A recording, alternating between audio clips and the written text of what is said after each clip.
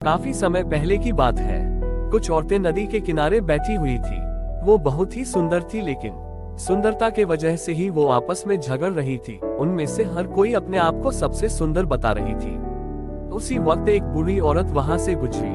उन्होंने उस बूढ़ी औरत से कहा कि अम्मा, एक बात बताओ कि हम में से सबसे सुंदर कौन है। इस पर वो बूढ़ी औरत कहने लगी कि मैं बहुत ही भूखी हूँ, पहले मुझे कुछ खाने के लिए दो। ये बात सुनकर उन औरतों ने उस बूढ़ी अम्मा को वहां से भगा दिया। बोली कि चल भाग यहाँ से। बेचारी बूढ़ी अम्मा ये सुनकर वहां से चल दी और नजदीकी एक औरत जो कि दिखने में गरीब सी लग रही थी, उसके पास में वो बूढ़ी अम्मा गई और कहने लगी कि मैं भूखी हूँ, मुझे कुछ खाने के लिए दो।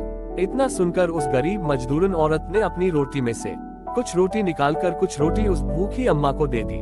जब अम्मा ने रोटी खा ली तो उसने उस मजदूरन को आशीर्वाद दिया और वहां से चल दी।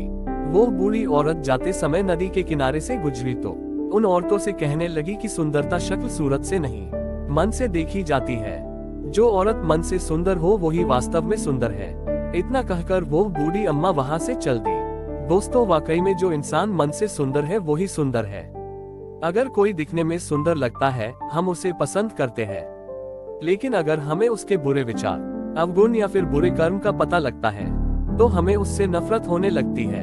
इसलिए हमेशा याद रखिए कि सुंदरता हमेशा मन की होनी चाहिए, क्योंकि शरीर की सुंदरता तो एक दिन नष्ट हो जाती है, लेकिन कोई मन से सुंदर हो तो उसकी सुंदरता कभी भी खत्म नहीं होती।